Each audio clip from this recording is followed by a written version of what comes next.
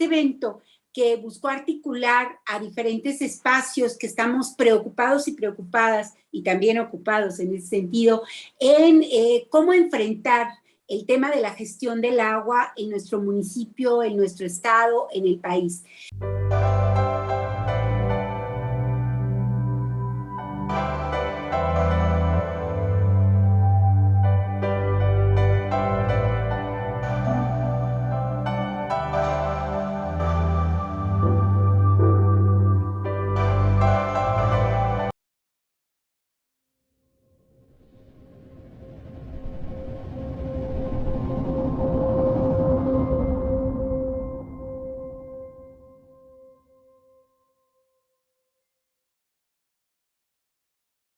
Buenas noches, amigos de la Jornada de Oriente. Bienvenidos a una emisión más de Las Reporteras, este espacio dedicado para quienes día a día le llevamos la información a través de nuestro periódico La Jornada de Oriente, a través de nuestras plataformas en Internet, en YouTube, en Facebook y en Twitter.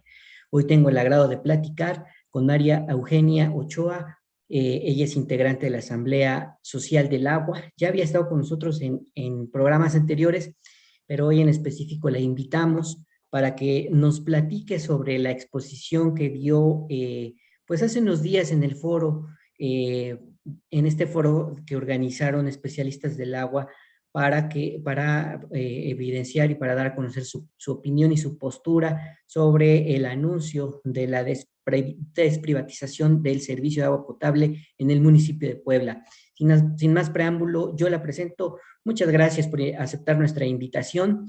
Y bueno, pues esperamos que esta plática, como siempre, sea muy enriquecedora para nuestro público. Muchísimas gracias por la invitación, Efraín, compañeros, compañeras de la jornada. Y lo digo así porque como medio de comunicación es muy importante el acompañamiento que ustedes y otros medios también van haciendo al quehacer de activistas sociales, de organizaciones sociales. Y en este caso, este evento que buscó articular a diferentes espacios que estamos preocupados y preocupadas, y también ocupados en ese sentido, en cómo enfrentar el tema de la gestión del agua en nuestro municipio, en nuestro estado, en el país. Fíjate, Efraín, que el tema del agua, y se los digo a quienes nos escuchan, es un tema que rebasa una delimitación política. No estamos hablando de un tema que se circunscribe a un municipio, a un estado. Porque si hablamos, por ejemplo, del tema del agua en Puebla, podemos hablar del río Atoyac, y el río Atoyac, que es un cuerpo de agua superficial, pues rebasa al estado de Puebla. Está en Tlaxcala, pertenece a la cuenca alta del Atoyac, en fin, todo este tipo de cosas lo que nos plantea es que al hablar de agua no podemos hablar de límites estrictos planteados desde los seres humanos, desde la sociedad. ¿Por qué? Porque es naturaleza y la naturaleza fluye. Y en ese sentido tenemos que estudiar muy bien desde dónde viene el agua. Porque el tema del servicio público de agua pasa precisamente por ver de dónde se abastece el agua que va a llegar a mi colonia, a mi municipio, hoy sí, a la ciudad. Y bueno, hoy por hoy vivimos en una metrópoli. Puebla, no se puede hablar de Puebla sin hablar de los municipios conurbados de Puebla. Se habla de que la zona metropolitana a la cual pertenece Puebla tiene 14 municipios en total, incluyendo Puebla. En ese sentido es una complejidad. Y cuando estamos hablando de la gestión del agua, tenemos que tomar en cuenta todo eso. Y todo esto, ¿por qué se relaciona con la desprivatización? Pues tiene que ver, ¿por qué? Porque hoy por hoy la empresa a la cual se le dio la concesión del agua, y eso es privatización, porque hay gente que todavía dice, es que concesión no es privatización. Cuando estamos hablando del tema del agua y hablamos del tema de un servicio público que se da en concesión a un particular, eso es privatización. Es cuando algo del ámbito público, o sea, un bien público, se lleva a un ámbito privado, se está privatizando. Y esto lo quiero decir muy claramente, porque en el fondo es un debate ideológico el que existe, porque hay gente de la empresa privada o gente, digamos, conservadora en términos de la política económica en el país, de las políticas sociales, que plantean que concesionar no es privatizar.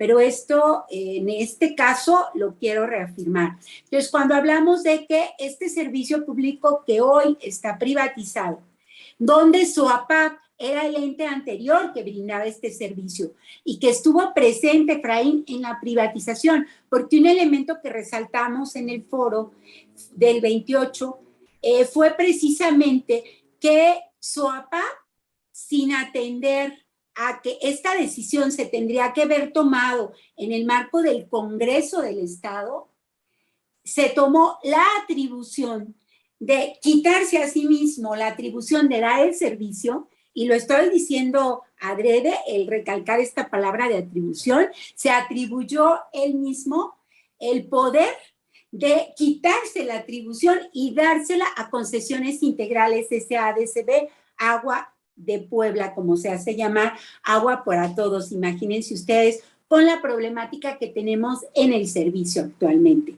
Entonces, ahí hay un primer vicio de carácter jurídico que ya lo hemos estado señalando en diferentes momentos, que incluso ha sido estudiado en diferentes espacios jurídicos, legales, por constitucionalistas, donde por este solo hecho se podría caer la concesión. Y este tema lo manifestamos tanto al gobierno del Estado como al Congreso en su momento, no al Congreso actual, sino al anterior, donde era presidente el señor Biestro, y sin embargo dijeron, el jurídico lo está analizando.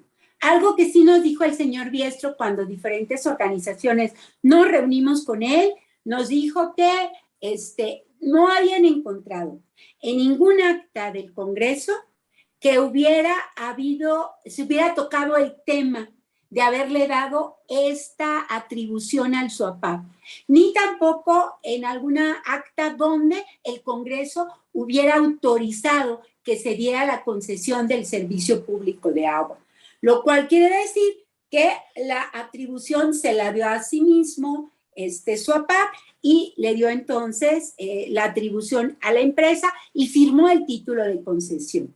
Entonces, el problema que tenemos actualmente con el agua que está privatizada, con el servicio público, es que se viola el derecho humano al agua.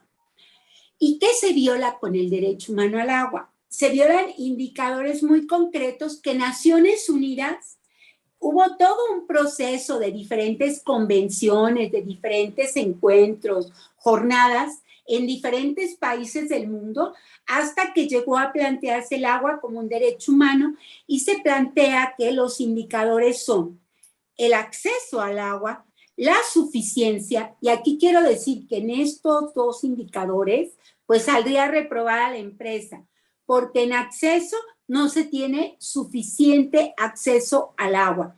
Todavía tenemos en el municipio de Puebla más de 150 colonias que por su carácter irregular, por su situación, no cuentan con el servicio público de agua.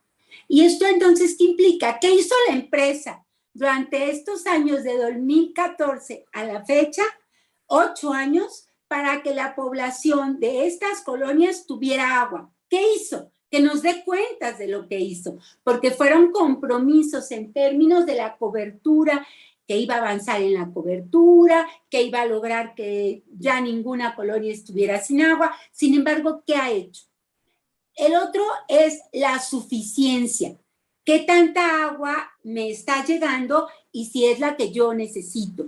Pues ahí también sale reprobada la empresa, Efraín y quienes me están escuchando. ¿Por qué? Porque ustedes mismos lo viven. Yo que les voy a contar. Viven que antes les cae agua a muchos todos los días de la semana, después les cae 5 días, después 3 días a la semana, y tenemos colonias en Puebla que solo les cae algunas horas, un día a la semana, y algunas cada 15 no les cae. No les cae. Entonces, en ese sentido, ¿cómo resuelven? Comprando el agua. Y este es el tema, que en la privatización el agua pasa de ser un bien público, un bien común, pasa a ser una mercancía, algo que va a estar disponible al mejor postor y al que tenga para pagar. Y este es un tema que viola los derechos humanos. Esa es una primera instancia. porque en ese sentido tendríamos que recapitular todos los daños, y ese fue un tema que tocamos también en el foro, los daños que se ha generado a la sociedad en su conjunto y también que ha generado al erario público la privatización del agua. Y les comentaba que hay algunas universidades donde hay equipos que están en proceso de hacer su tesis, investigaciones, donde se está analizando esto. Y aquí, a nombre tanto de la Asamblea Social del Agua como del Observatorio del Agua, que estamos preocupados, donde hay varias organizaciones, porque no solo nosotros, hay otras organizaciones, otros activistas académicos que están preocupados por este tema, pues quisiéramos convocar e incentivar a que los investigadores, las investigadoras, se metan a abordar este tema, porque este es un tema común, colectivo, público. Todos y todas debemos estar preocupados. Bueno, estos dos indicadores, reprobada la empresa. Y luego viene la asequibilidad, que tiene que ver con el costo del agua. Actualmente en Puebla hay 7 estratos donde se agrupa las colonias para que paguen, digamos, diferentes tarifas. Entonces, este esquema tarifario, quiero decir que también supuestamente lo aprueba el Congreso y tiene un criterio que es el valor catastral de las viviendas en una colonia, en una zona. Esto estaría bien si habláramos de que hay homogeneidad en quienes habitan en una colonia. Y para el caso de Puebla, esto no existe. Hay colonias donde hay un grupo o un sector de ingresos altos y que tienen sus casas un valor catastral alto, pero hay otros donde no. Hay colonias de altos ingresos y valor catastral alto y otras de bajos ingresos en la misma colonia o en el mismo sector. Y entonces están pagando el valor de un esquema, de un estrato alto. Esto es injusto, rompe cualquier indicador de equidad, de justicia. En ese sentido, alguien, por ejemplo, de escasos recursos o que gana 1 o 2 salarios mínimos, está pagando un estrato 3 o un estrato 6, que estaría en más de 1,200 pesos al mes, Efraín. Porque ese fue el primer golpe que nos dieron al privatizar. El primer golpe fue que antes pagábamos cada 2 meses el agua, ustedes recordarán, como la energía eléctrica, y desde que se privatizó, cada mes. Y además con otro agravante, que también nos pusieron medidores de agua. Y los medidores de agua, fíjense ustedes, que también los tiene que pagar la ciudadanía. Y presentan un problema. Cuando te ponen el medidor de agua, según tu estrato, es la tarifa que pagas en base a tu consumo, pero el tema es que muchos medidores de agua tienen aire, están inflados, dice la gente, y les incrementa de un mes a otro tremendamente el costo. ¿Y qué tiene que decir la empresa? Es que usted incrementó su consumo de agua, cuando la familia tuvo el mismo consumo de agua el mes anterior. Consideramos que este tema de la asequibilidad es tremendo para el caso de la privatización en Puebla. Se ha incrementado el costo del agua en más de un 500%. Y esto es muy grave porque la Organización Mundial de la Salud plantea que una familia no debería pagar más del 3% de sus ingresos mensuales. Y las tarifas de hoy, el esquema tarifario, está totalmente rebasando este indicador, que es un indicador a nivel internacional. El cuarto indicador del derecho humano al agua tiene que ver con la calidad del agua y la calidad del servicio. Y aquí sí, también reprobadísima la empresa. ¿Por qué? Porque para tomar el agua no la puedo tomar del chorro. Tengo que comprar el agua embotellada, lo cual es otro incremento más a mi costo, a los costos mensuales, a tu canasta básica. Y además, la calidad del agua que te cae en el chorro es muy mala, y aquí va de colonias a colonias, de zonas a zonas, se va agravando más la situación por el sarro, por los minerales, porque, y aquí viene un tema que conecta con otra dimensión que es importante tomar en cuenta, el tema de la contaminación. O sea, ¿qué está haciendo la empresa para darle tratamiento y saneamiento al agua que usa y que se contamina? Porque la empresa vende el servicio de agua, pero el agua que sale de nuestras casas, el agua que sale de los negocios, de los comercios, sale contaminada. Entonces, ¿qué tratamiento y qué saneamiento le está dando? En el foro, nuestro compañero Francisco Castillo Montemayor fue muy tajante al decir que las plantas de tratamiento no están funcionando bien. La empresa Concesiones Integrales no invirtió en esto. Al no invertir en ello, entonces lo que están haciendo las plantas de tratamiento que hay es colando el agua, que es como la fase básica, pero no le están dando tratamiento, mucho menos saneamiento. Y esto es un tema muy grave para tocar lo que significa el ciclo del agua, que no se regenera, y por otro lado, esta agua sucia, esta agua contaminada, va a ir a dar a nuestros cuerpos de agua, como la laguna de Valsequillo, como los ríos, como los mantos acuíferos, en fin, es un tema muy grave. Entonces, en los indicadores del derecho humano al agua, reprobado. En los indicadores de los derechos de la naturaleza, porque una cosa es el derecho humano al agua, que tiene que ver con cómo nos impacta a los seres humanos, y aquí yo quisiera tocar un tema que ha sido muy grave para Puebla y no igual, por ejemplo, para otras ciudades donde se ha privatizado el agua, como Saltillo, Coahuila, como el caso donde acaba de haber la consulta en los municipios de Quintana Roo. Hay varios municipios donde el agua está privatizada ya. Se hizo una consulta que tú recordarás en las elecciones del domingo, Efraín, y ahí el 31% de la gente que fue a la urna y votó quiere que se vaya la empresa Aguacán de allá.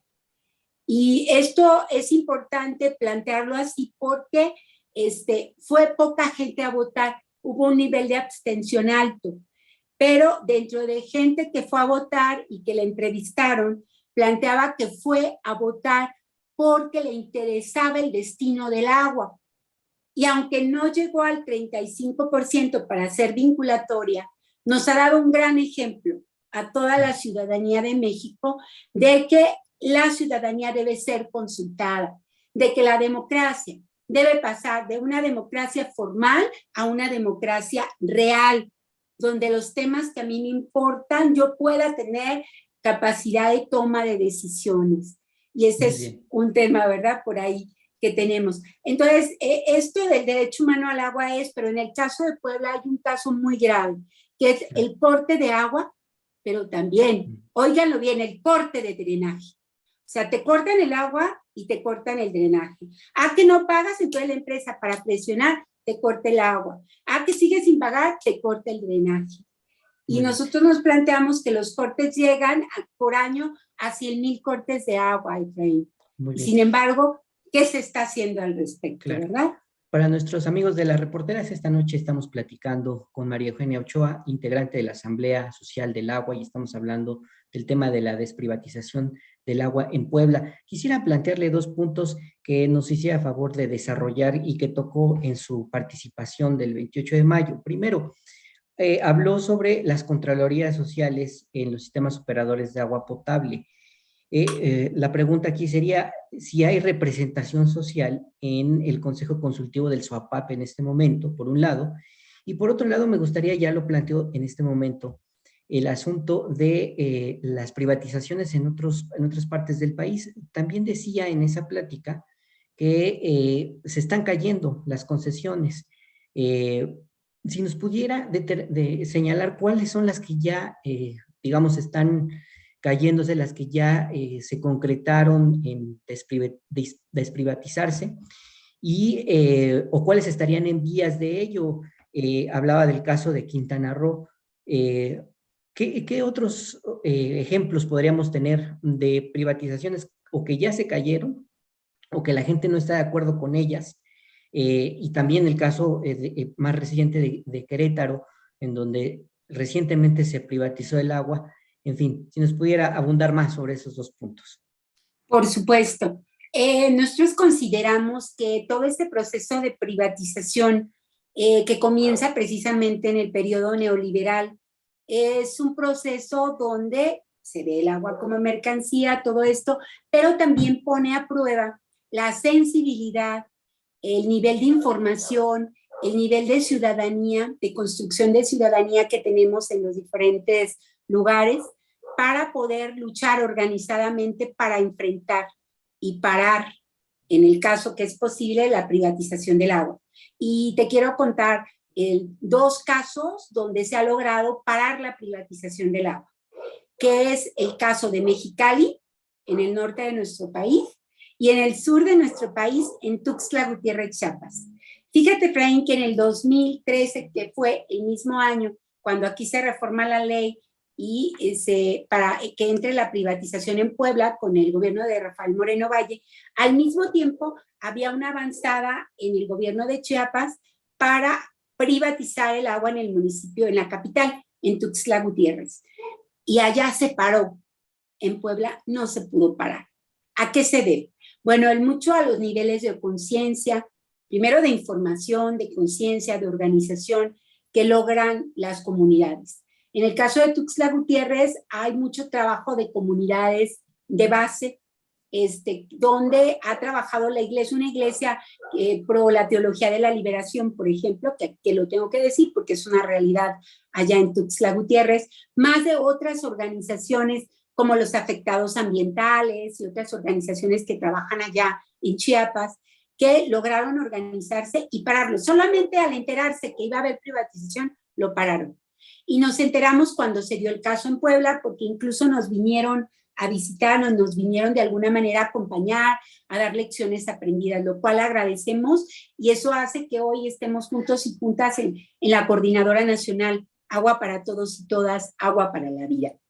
El caso de Mexicali, que es un caso así connotado, porque además su lucha sigue, porque luego de que pararon la privatización del agua, también se enfrentaron el año pasado y siguen este año enfrentados a la cervecera Constellation Brand, que también disputó que hacer uso del agua pública, del agua que estaba en sus cuerpos superficiales y en las aguas subterráneas, para llevarlas para la producción de la cerveza.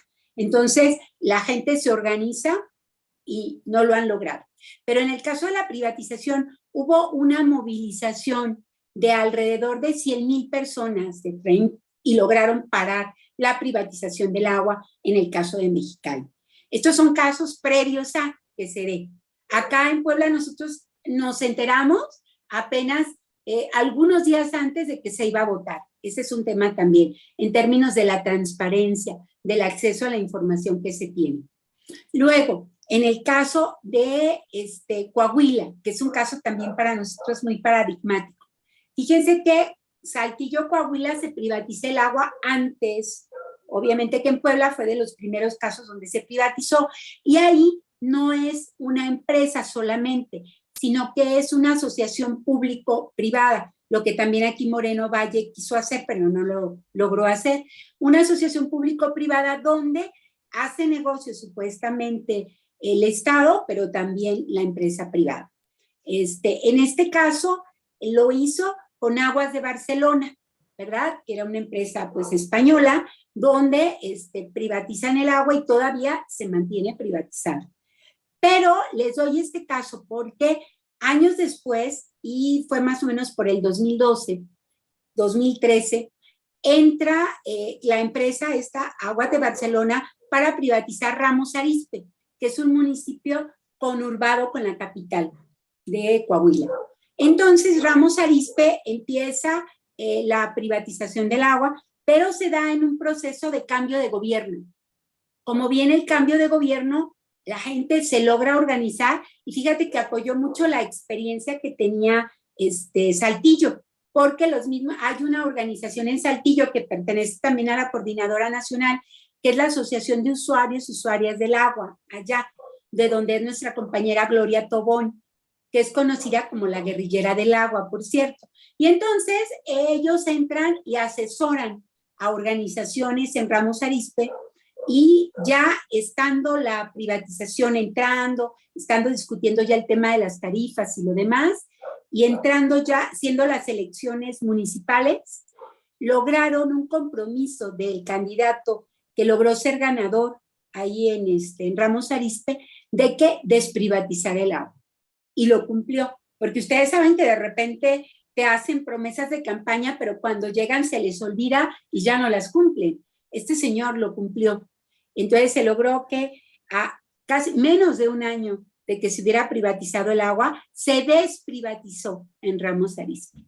Porque en los demás casos, lamentablemente, Efraín, como es el caso de Sonora, un caso en Veracruz, lo que ha pasado es que se desprivatiza hasta que se cubre el periodo, digamos, de la concesión. Porque los periodos de concesión van de 15 a 30 años. Y en el caso nuestro es de 30 años. Y están buscando que otra vez se vuelva a hacer, ¿no? Bueno, entonces, mucho depende de los niveles de organización. Hay otro caso que me parece importante platicarlo, que es el de la Ciudad de México.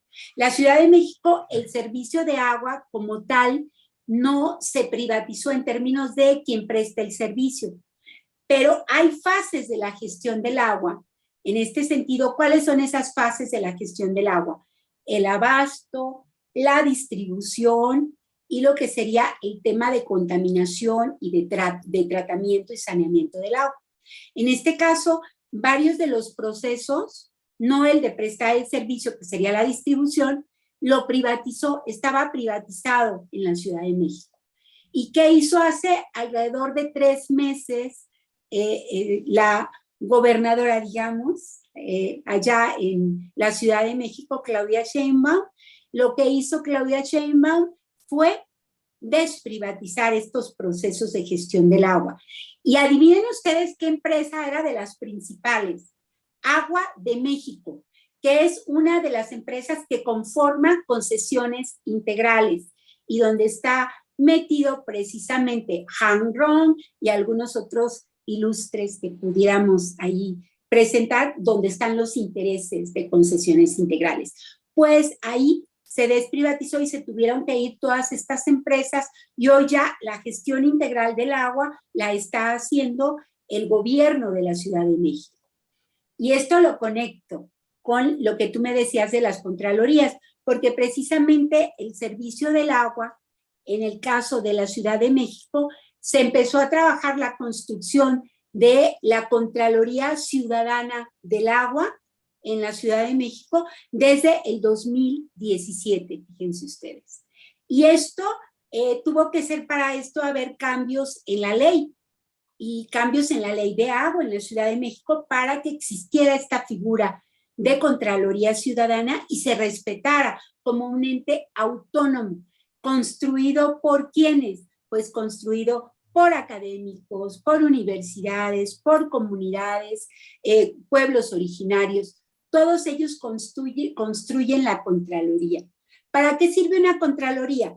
Sirve para dar seguimiento a toda la gestión del agua, no solamente a la distribución del agua, al agua que va para uso doméstico, al agua que va para uso comercial, para riego, para uso industrial.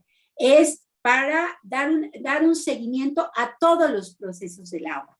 Entonces, se van formando grupos de especialistas que van conformando los consejos para dar seguimiento a cada fase, a cada proceso de la gestión del agua, fíjate, Efraín. Entonces, por ejemplo, en el caso de Puebla, ahorita que hablamos de la desprivatización, la propuesta es que no queremos volver al pasado. Se desprivatiza y otra vez el SOAPAP con los mismos problemas. No. Ya teniendo todo el aprendizaje que se ha tenido, pues entonces estamos convocando, y así lo hicimos en nuestro encuentro del 28 de mayo, es convocar a una mesa de trabajo a académicos y académicas que están estudiando la temática en todas las fases de la gestión del agua para que puedan contribuir a trabajar de manera fuerte, de manera decidida y comprometida a ver cómo se puede dar todo el proceso de la gestión del agua. Y ya no solo en el municipio, esto lo estamos debatiendo, fue algo que se debatió ahí en este foro, y se debatió que quizás no solo podemos ver el tema municipal, porque como les decía, el agua no se circunscribe a un municipio, sino el tema de intermunicipalidad o de región, como vayamos a definir que se llame. Y entonces ahí vamos a tener que ver cómo está el tema del abasto del agua. Se nos dijo, hay una crisis hídrica en el país, en el estado, aquí en el municipio. Tenemos un problema de abastecimiento del agua a partir de nuestro acuífero, que está ya sobreexplotado. Estamos con problemas de contaminación, que esto genera que tengamos también poco abasto de agua. Tenemos problemas en la distribución, tenemos problemas de fugas de agua. Un 40% del agua que se sirve se fuga y se desperdicia, porque se ensucia y después va a contaminarse. Y el otro sentido es cómo se está haciendo el tratamiento. Entonces, en cada aspecto tendríamos que ver cuál es nuestra propuesta para lo que queremos construir como un buen gobierno del agua.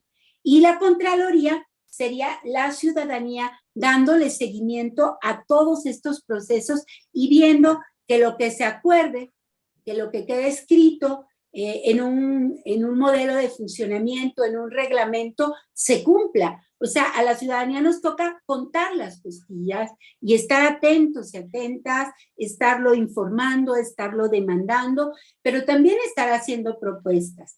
Esto exige de que estemos informados, informadas, de que nos organicemos, y pues para ello es necesaria una pedagogía ambiental, una pedagogía del agua, y esto es un proceso al que queremos llegar, Efraín. Muy bien, pues para nuestros amigos de las reporteras, seguimos platicando con María Eugenia Ochoa, integrante de la Asamblea Social del Agua. Estamos hablando sobre el tema de la desprivatización del agua en Puebla. Y bueno, pues ahora quisiera preguntarle sobre esta propuesta de reforma a la ley de aguas nacionales. ¿En qué situación se encuentra? Y bueno, saber si no existe el riesgo de que pues pase como con la reforma eléctrica que se bloqueó, que al final de cuentas no pasó, precisamente por intereses empresariales que bueno, pues estuvieron presentes en la discusión y en su momento también se intentó bloquear para que fuera discutida, al final de cuentas no salió y bueno, estamos enfrente de un problema similar en el caso de la Ley de Aguas Nacionales porque se habla de concesiones, se habla de la inclusión de privados en este tema.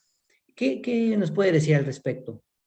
No, muy, muy buena tu pregunta y me permite hablar de algo que tenemos clavado aquí en el corazón, quienes hemos estado de alguna manera involucrados y teniendo la opción en el activismo por la defensa del agua, pero también por promover una gestión integral de la misma, que tome en cuenta lo que les decía, los derechos del agua, los derechos de la naturaleza. El agua es un sujeto vulnerable de derecho. ¿Y por qué es vulnerable? Pues necesita de la defensa y del trabajo humano para que sea respetado ese derecho al agua como un ser vivo, como un sujeto. Esto lo digo porque precisamente lo que plantea la Ley de Aguas Nacionales está muy referido a lo que tú dices. El agua está vista en esta ley como una mercancía. Y fíjate, Efraín, que después de febrero y del 2012, que se plantea el artículo, que se reforma el artículo 4 para plantear que el agua es un derecho humano, contaban o tenían que pasar una cantidad, un periodo de tiempo de menos de un año para que se contara ya con una nueva ley que pudiera tener claramente atravesado todo el tema del derecho humano al agua. Sin embargo, han pasado 8 años y no hay una nueva ley. Entonces realmente estamos hablando de algo muy grave. Y ya la Suprema Corte de Justicia planteó y le hizo un llamado al Congreso a nivel nacional para que cubra esta falla, para que la enfrente y para que pueda contarse con una nueva ley general de agua para el país. Esto, sin embargo, ¿qué ocurrió con la legislatura pasada? Fíjate que la legislatura pasada, la Comisión de Recursos Hidráulicos recibió, porque nosotros le entregamos al Congreso y específicamente a la Comisión como Coordinadora Nacional Agua para Todos y Todas, le entregamos en febrero del 2020 la Iniciativa Ciudadana de Ley General de Agua. Y se la entregamos con un promedio de 190,000 firmas, más de las que se requerían. Y lo hicimos para que, que esta está mal, pues pudieran resarcirle, pudieran revisar bien. Recibieron la propuesta, dijeron que la iban a estudiar. Después de eso, reaccionó la bancada de Morena y presentó una propuesta con muchas cosas similares o que se pudieran articular. Luego vino la bancada del Partido del Trabajo, presentó otra que se parece muchísimo a la Iniciativa Ciudadana, o sea, muy bien. Y luego la Comisión de Recursos Hidráulicos hizo foros en toda la República, incluso en Puebla, donde nosotros participamos, y en la sistematización que hicieron ONGs que contrataron, pues se hizo una propuesta también de iniciativa de ley. Entonces había 4 iniciativas de ley. Durante lo que fue el tiempo de la pandemia, que fue todo el 2020, el 2021, lo que hicimos fue en el Congreso y en sesiones así por Zoom, por diferentes espacios, trabajamos capítulo por capítulo acercamientos de las 4 iniciativas.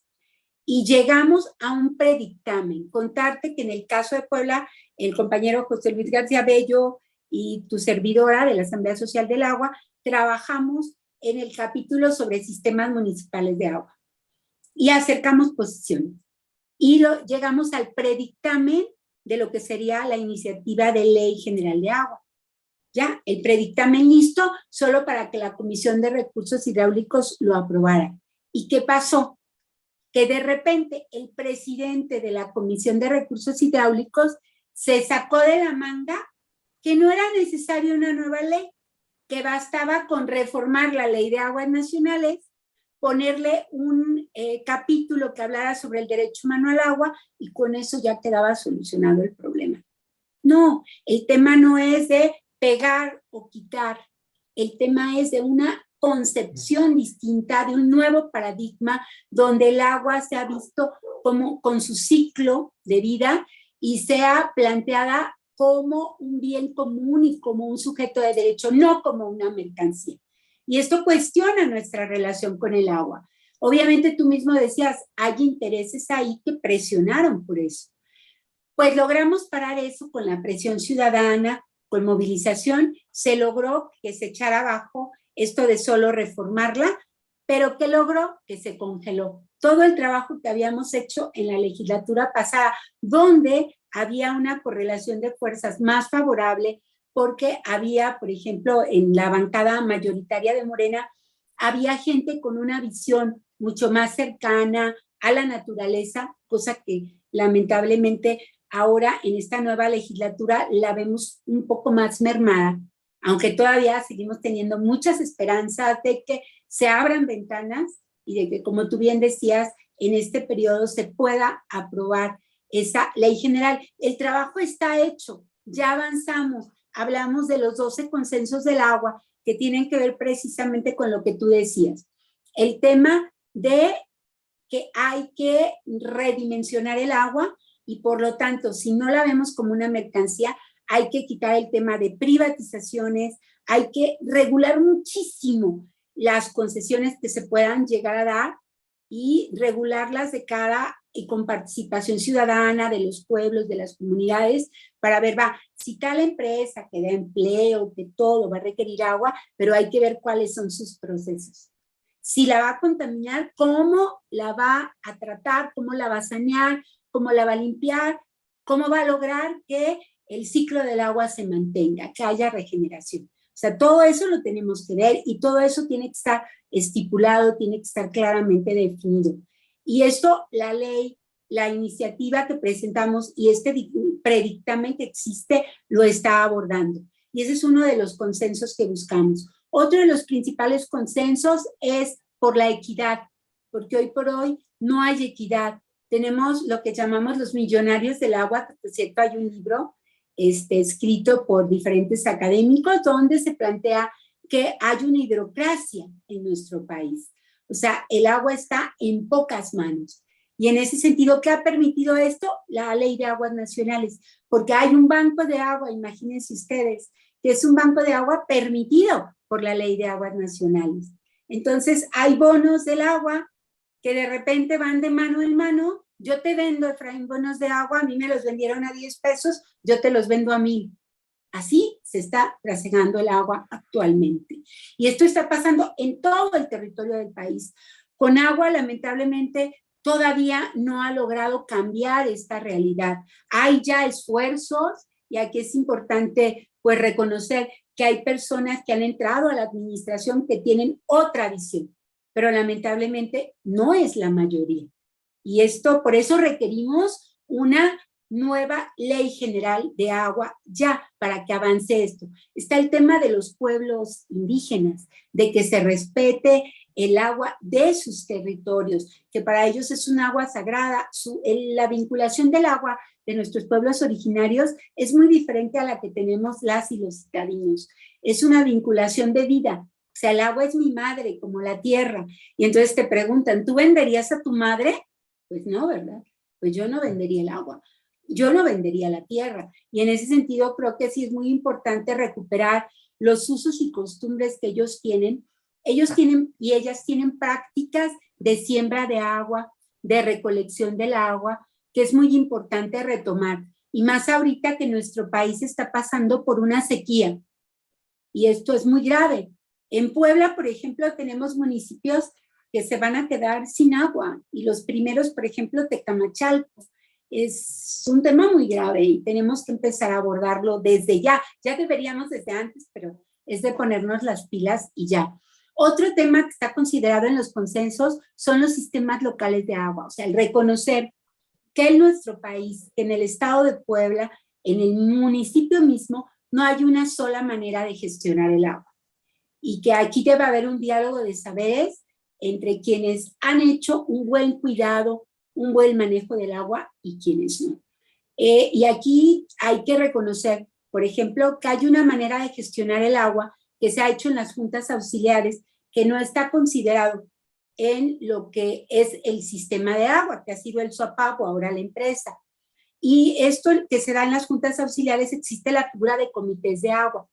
Algunos de ellos también han sido utilizados como botín político por ciertas fuerzas, lamentablemente, han sido manipulados, pero sin embargo hay comités de agua que han logrado tener procesos de autogestión muy, muy importantes, como la Junta Auxiliar Ignacio Romero Vargas, por ejemplo, que tiene además una construcción de cuidado social, que es muy interesante ver, por ejemplo, que a las personas adultas mayores les dan una tarifa, pero en realidad, no como dice la empresa que les da y en la realidad no lo hace, acá sí lo hace.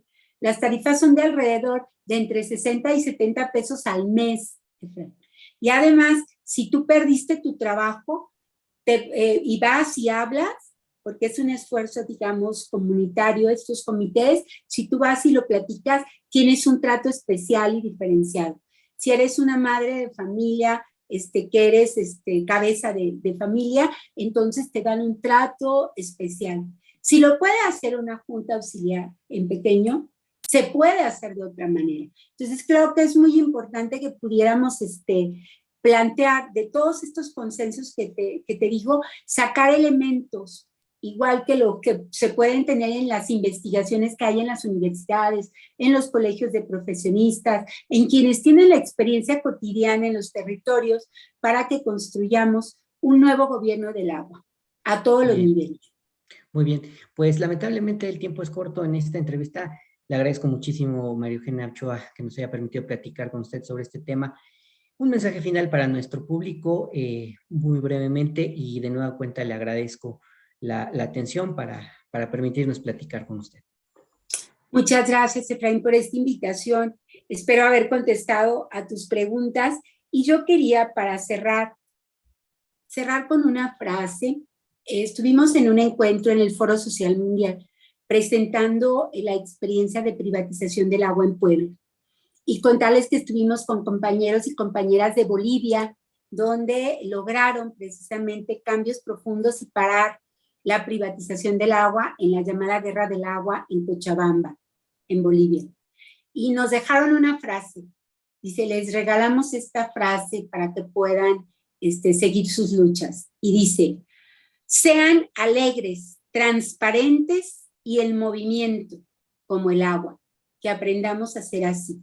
Y en ese sentido, la defensa del agua y la construcción del buen gobierno del agua es un tema de todas y de todos. Gracias. Correcto. Muchas gracias, María Eugenia Ochoa. En nuestro público de las reporteras que estuvo al pendiente de esta entrevista, muchas gracias. Buenas noches, hasta la próxima.